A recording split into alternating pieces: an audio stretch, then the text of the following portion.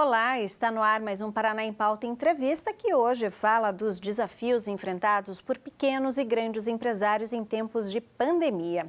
Sobre esse período de transformação, mas também de oportunidades, vamos conversar com o jornalista, professor e consultor José Nascimento.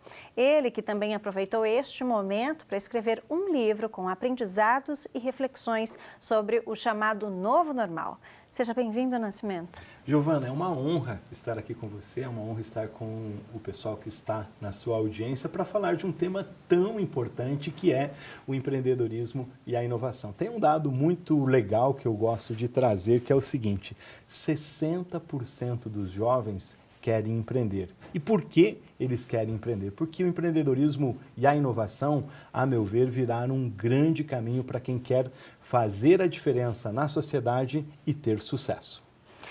E são justamente essas pessoas que foram muito afetadas durante a pandemia. Foi aí que surgiu a ideia do livro que você escreveu, Mundo 6.0, é para lá que eu vou, que é o desafio dos empreendedores nesse momento? É verdade, a palavra-chave no meu livro chama-se reinvenção. E todos nós, como profissionais, como empreendedores, precisamos em determinado momento virar a chave, né, e buscar uma reinvenção. E a pandemia foi um dos maiores fenômenos que nós tivemos ao longo da história da humanidade, que causou aí perdas irreparáveis. Mas aquelas pessoas que tiveram o que a gente chama de mindset, jeito de pensar, de crescimento, né, e não tiveram o mindset fixo, mindset de crescimento é aquela pessoa que vê oportunidades, que vê soluções aonde todo mundo vê problema. Mindset fixo é aquele mindset que é o estilo Gabriela. Eu nasci assim,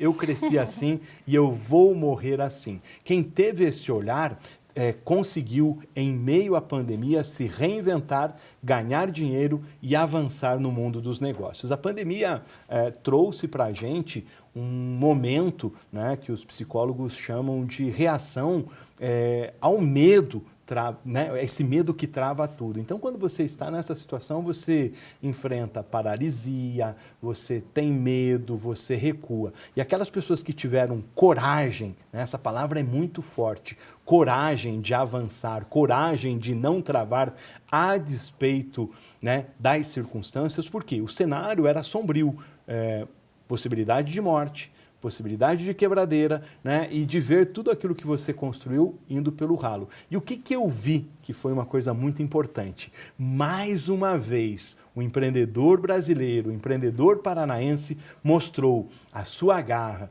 mostrou a sua força. Eu tenho vários casos colecionados nesse período de empresários que conseguiram reverter o que eu chamo de mindset fixo para um mindset de crescimento. Um dos casos é um restaurante. O proprietário me ligou e falou: olha, compra até quinta-feira porque o restaurante vai fechar. E eu sou apaixonado por empresas, eu sou apaixonado pelo mundo dos negócios. Eu falei: não pode, eu não posso deixar isso acontecer, e como é que eu posso colaborar? E a gente sempre pensa o seguinte, que para a gente ajudar um projeto, você tem que enfiar a mão no bolso, gastar dinheiro, investir, né? E eu fiz para ele a seguinte provocação: dá um passo para trás, encosta na parede e começa a olhar e fotografar o seu negócio. E eu, junto com ele, criei uma listinha de 10 ações rápidas, ágeis e de curto prazo que ele colocou em prática. Quer saber o resultado? Cresceu. Cresceu, achou novas alternativas, deixou de ser um restaurante à la carte, por um tempo foi um self-service, por um tempo criou uma indústria do Marmitex e conseguiu sobreviver e passar esse momento de dificuldade, de crise. Por quê? Porque às vezes a gente não consegue enxergar, Giovana, soluções em coisas simples. Eu perguntei para ele, às vezes o empreendedor quer vender para o mundo. E eu falei para ele, olha, por exemplo, para o entorno do teu estabelecimento. Sabe quanto custa fazer um cartãozinho de visita? R$100. Faz 1000 cartõezinhos e distribui para a tua vizinhança. Faz folhetinhos e distribui na rua. Chama o pessoal da sua equipe e pergunta para a equipe como é que nesse momento nós podemos fazer mais com menos. Chama o seu cliente, às vezes o cliente fica em segundo, terceiro plano dentro das empresas, coloca o cliente no devido lugar, como rei, como majestade. É o cliente que paga as contas da sua empresa. Chama o seu cliente e pergunta para ele, qual é o prato que você quer? Como é que eu posso te atender e servir melhor? E às vezes um atendimento melhor, um prato diferenciado, né? Uma mensagem pelo WhatsApp vai colocar o seu negócio em pé. Então essas histórias são encantadoras e a gente viveu muitas delas durante a pandemia. Tanto com pequenos empreendedores, que são a sustentação da nossa economia. Hoje, de cada 10 empregos que a gente tem no Brasil, 7 são gerados pela pequena empresa. Então, a gente tem que ter um carinho, um respeito muito especial. E, na medida do possível, ajudar, acreditar nos pequenos empreendedores, né? Como é mais que nós podemos, como sociedade, ajudar os pequenos empreendedores? Viu? Todo mundo hoje tem uma rede social. Faz esse teste hoje aí, faz uma foto lá do restaurante onde você almoçou, faz uma fotinho, um videozinho da lojinha que fica na frente da sua casa que vende confecções. Sabe aquela floricultura que vende uma flor bonita? Faz uma imagem dela e posta nas suas redes sociais, marcando essa empresa e colocando o número de telefone. Olha como a gente pode ser construtivista.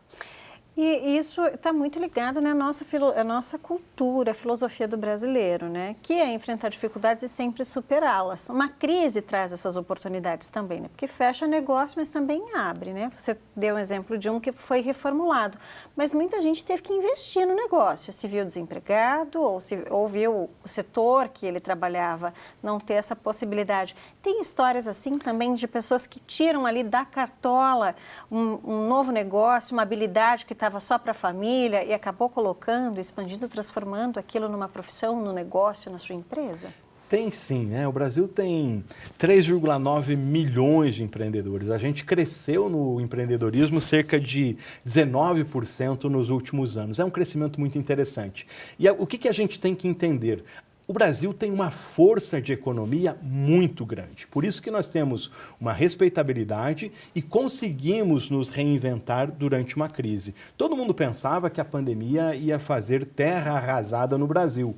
Claro, teve gente que perdeu dinheiro, que perdeu emprego, que passa por dificuldades. Mas como somos uma economia muito grande, essa capacidade de reposicionamento também acontece. Então, diferente do que você tem hoje, por exemplo, em economias como Chile, como Argentina, né, são economias que têm uma lentidão maior. Então, você tem aquele empreendedor que fechou uma empresa, mas um número de 5 ou 6 pessoas que tiveram que fazer uma transição de carreira, que perderam o emprego, que receberam dinheiro, que vão montar um negócio novo e que passa a reaquecer e a gerar uma economia nova, né? Esse pós-pandemia, a gente vivenciou muito disso. E no meu livro, eu gosto de dizer, né?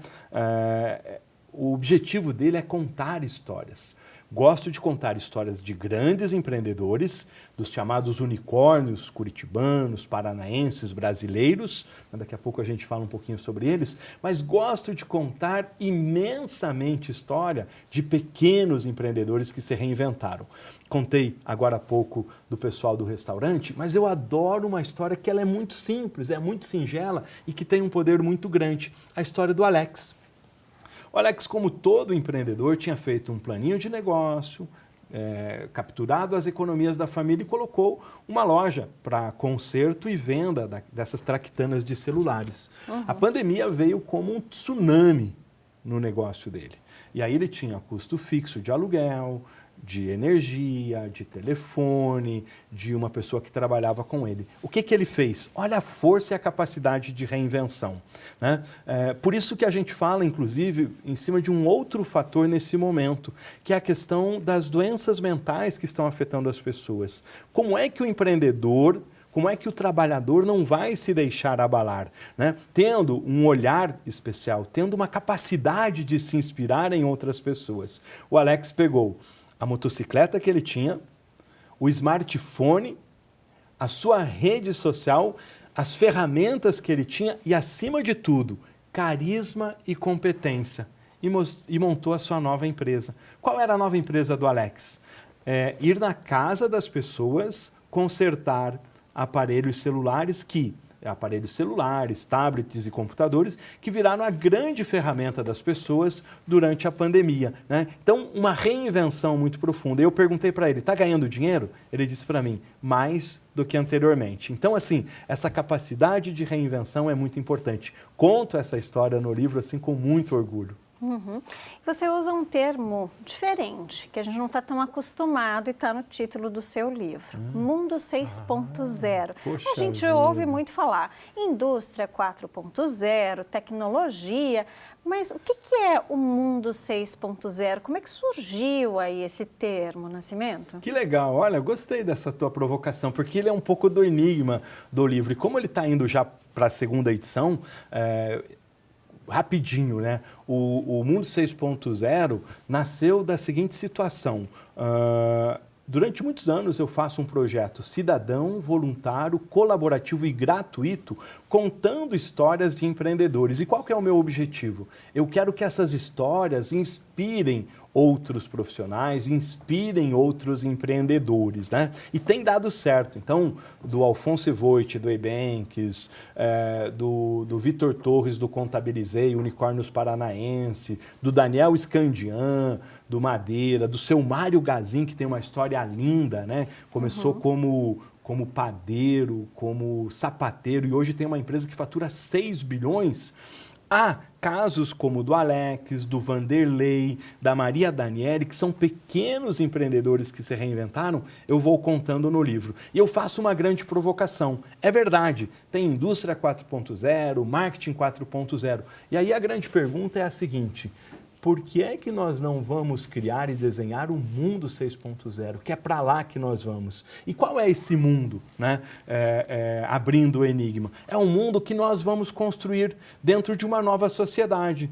Uma sociedade onde eu sempre eu sempre ouvi a seguinte frase: a educação faz parte do futuro de um país. A cultura é a grande base. Continuo acreditando fortemente na educação. Mas, se nós não tivermos empreendedorismo, se nós não tivermos inovação dentro das nossas empresas, dentro dos nossos negócios, dentro das nossas escolas fortemente fomentados, nós não vamos conseguir dar de comer 8 bilhões de pessoas. Dia 15 de novembro, o mundo crava 8 bilhões de pessoas. E só o empreendedorismo e a inovação, que tem uma capacidade muito grande de aceleração, que tem essa possibilidade. Daí a provocação do Mundo 6.0, um mundo que nós vamos construir com inovação, com empreendedorismo, com um mindset diferente e com o que eu chamo de soft skills, questões comportamentais que a gente vai olhar de uma forma diferente. Estamos olhando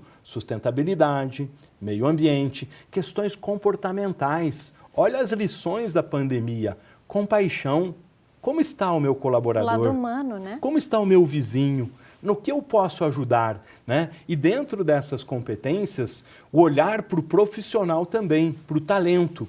Quem é esse talento que vai fazer a diferença nesse mercado que nós estamos vindo? É o talento inovador, é o profissional nas mais diversas áreas das empresas que resolve problemas complexos. Profissional que sabe trabalhar em equipe, profissional que sabe agregar pessoas para quê? Para que o seu negócio dure um pouco mais, né? Nesse tempo de Mundo 6.0, olha o que a gente viu de transformação digital, de avanço. Negócios que não existiam foram criados, empregos e vagas que não existiam estão hoje no mercado, né?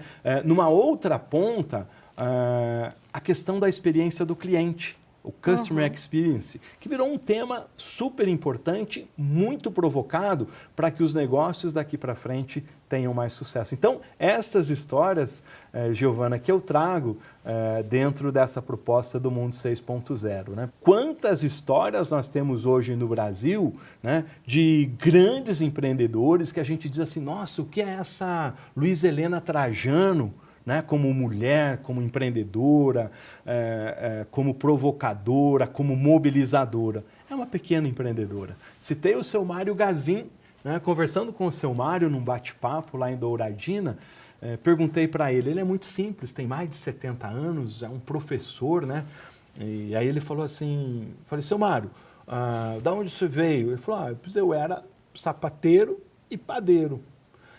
A minha vida ia ser aquilo a vida toda, e não é nenhum demérito a essas profissões. Agora, quando você tem o espírito empreendedor, você quer fazer mais, né? Muitas vezes a gente olha grandes empreendedores, como nós temos hoje no Brasil e aqui no Paraná, e a gente pergunta, como é que eles chegaram aí? Não tem milagre, tem que trabalhar bastante. Tem que ter estratégia, tem que ter planejamento, tem que ter organização, tem que saber formar time, que é um pouco disso que a gente falou, né? Tem que ter uma série de skills, de competências que são super importantes, né? E eu perguntava para o seu Mário, como está a empresa hoje? Ele disse assim, 300 lojas, seu Nascimento. Daí eu falei, puxa, 300 lojas, começou do zero? Número de funcionários, seu Mário? 9.000, professor. E ele fala assim com essa simplicidade. Faturamento, 6 bilhão.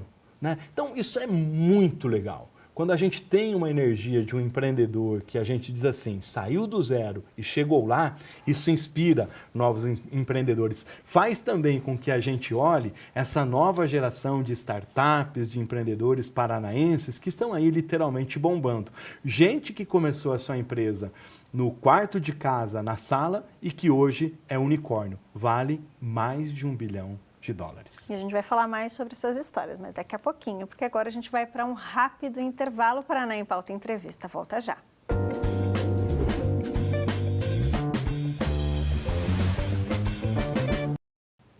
Estamos de volta com Paraná em Pauta Entrevista, que hoje recebe aqui no estúdio o jornalista, professor e consultor José Nascimento. Nascimento, antes a gente falava sobre essas histórias, né, de experiências das pessoas com a pandemia e também na construção de uma carreira e de empresas e grupos de empresas. E um desafio que a pandemia trouxe para a gente foi misturar o lado humano com a tecnologia de uma forma mais equilibrada. Isso continua sendo esse desafio que a gente tem daqui para frente, porque hoje a gente ouve muito falar em qualidade de vida, em estar ali no metaverso, nas redes sociais. Como é que a gente lida com isso na nossa vida, que agora está tudo um pouco misturado, né? Tanto o lado profissional quanto o lado pessoal. Tem que encontrar esse equilíbrio, é o nosso desafio? É o desafio e é a grande chave. A questão é o seguinte, daqui para frente tem uma coisa que é irreversível nas nossas vidas e nas nossas histórias. Vamos ter cada vez mais de conviver com a evolução tecnológica, inteligência artificial, algoritmos. Você trouxe essa questão tão importante relacionada ao metaverso, que já existe, já existia e que agora vai acelerar. Nós vamos entrar para dentro das máquinas, né? O famoso machine learning, a máquina que aprende os nossos gostos, os nossos comportamentos, e elas já estão lá dentro da nossa casa, ditando a nossa preferência musical, ditando a nossa preferência na geladeira, das nossas roupas, dos nossos costumes, né? Os nossos relógios, os nossos smartphones, eles estão carregados de dados e informações. Já passou na frente de um shopping e recebe uma oferta de uma loja? Sim. Né? Ou você falou uma palavra e o Google responde para você? Isso é inteligência artificial que já faz parte da nossa vida. Eu convivo com muitos executivos, pessoas que pensam no futuro, pensam tendência. E tem uma coisa que é única, que é pacífica entre todo mundo. Não adianta a gente entrar em guerra com o futuro, com a inteligência artificial. O grande desafio nosso é sermos grandes aliados. E falando no empreendedorismo, né? Você citou justamente isso no primeiro bloco, né? Muita gente aproveitou a pandemia e abriu um negócio, teve que se reinventar, abriu direto na rede social. Eu não tinha endereço fixo, mas eu tinha ali a rede a meu favor. Mas também teve empresa que quebrou por conta da rede social. Encontrar esse equilíbrio de se posicionar, né, em como se posicionar na rede, é um desafio também para os empreendedores e para qualquer empresa hoje? Sensacional. O Sebrae, o órgão do Brasil mais competente quando a gente fala em empreendedorismo, é uma casa de aprendizado e de lições, né? Ele tem o Empretec, onde ele ensina o que ele chama de comportamento empreendedor e que ele é muito importante. E eu adaptei isso para uma nossa realidade atual. O que acontece? Você vê ao lado da sua casa alguém se dando bem com uma floricultura, tem a onda do pet shop, lá atrás a gente já teve a onda das locadoras de vídeo e de tempos tempos em tempos a gente tem os modismos na área do empreendedorismo. Da mesma forma, no mundo digital, né? Eu tenho dito assim, a gente está no mundo que eu chamo de gurulândia. Está cheio de gurus, está cheio de mestres digitais. Por favor, minha gente, toma muito cuidado, presta atenção. Para você ter um negócio de sucesso, existem algumas lições que são muito simples.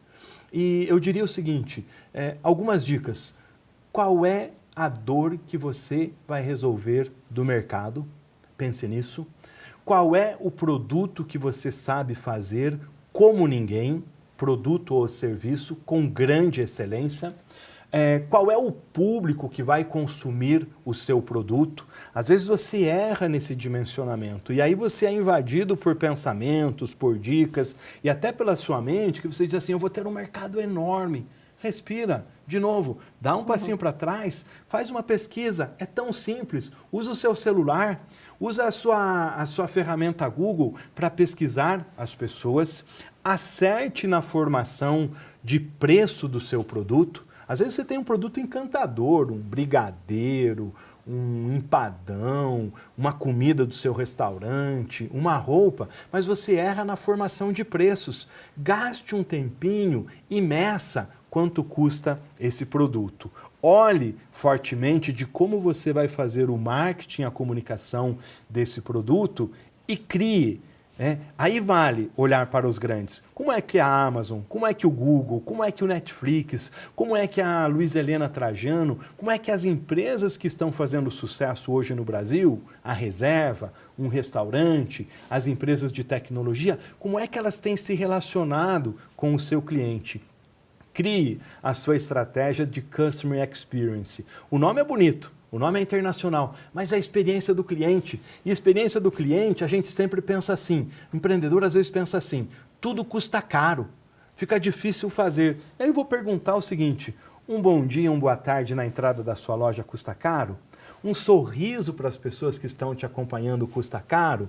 Um cafezinho no final da compra? Uma balinha? Uma informação que você pega a respeito da família e da data de nascimento, que você manda uma mensagenzinha dizendo parabéns pelo aniversário da sua filha, vem aqui que você tem um desconto de 10%. Você que tem uma floricultura, será que uma suculenta que custa R$5 como um mimo para o seu cliente custa caro?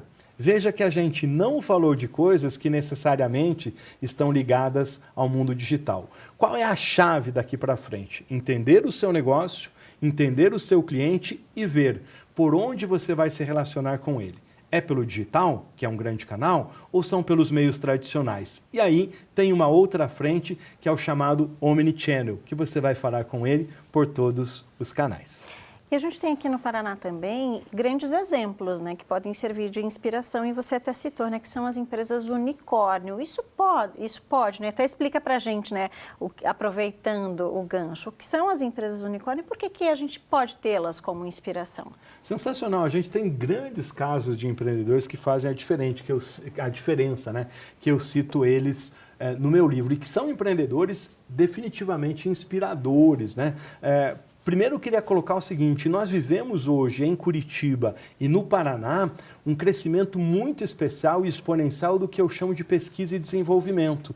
Os governos, as instituições, as entidades, as empresas estão se unindo no que a gente chama de quádruple, né? Era tríplice e agora já são 4 hélices, que é universidade, instituições, empresas, todas se unindo dentro de uma perspectiva única, que é a pesquisa e desenvolvimento. E temos polos de desenvolvimento, como o Software by Maringá, como o Polo da Saúde em Toledo, como o Vale do Pinhão, aqui em Curitiba, como as experiências do governo do estado em relação ao desenvolvimento e implantação de pesquisa e desenvolvimento. Ontem eu vi uma entrevista do Osiris Silva, que foi o criador da Embraer, e ele disse assim, grandes empresas só existem a partir da educação, só existem a partir do olhar de inovação, da pesquisa e do desenvolvimento. E é muito legal que a gente está olhando que essa união que tem acontecido. Então, é possível sim. E dessa união toda, várias empresas, como o Ebanks, nasceram dentro da Casa dos Sócios. Eu conversei com o Alfonso Voit e ele contou como que nasceu o Ebanks, como que eles fizeram, está aqui no meu livro, a primeira apresentação para os chineses. O projeto não estava pronto, mas são pessoas que acreditam no sonho, que é uma característica do empreendedor, que tem um alvo, que tem um objetivo, que agregam, que inspiram pessoas em torno dos seus sonhos. Além do Ebanks, a gente tem o Madeira Madeira, que é unicórnio, empresa avaliada em mais de $1 bilhão, e tem também o Olist. Quais são as lições que nós temos? Pequenos empreendedores, precisamos ajudá-los e eles vão crescer. Não desistam. Grandes empreendedores nos inspiram a seguir o caminho que eles trilharam. Não é fácil, é verdade. Tem que acordar cedo, trabalhar mais, tem que fazer mais, mas o resultado é muito bacana, é muito legal e é muito esperançoso. Os empreendedores, os inovadores da atualidade transformam o mundo que a gente vive, que é o 4.0, 3.0, nos levam a um sonho de um mundo 6.0.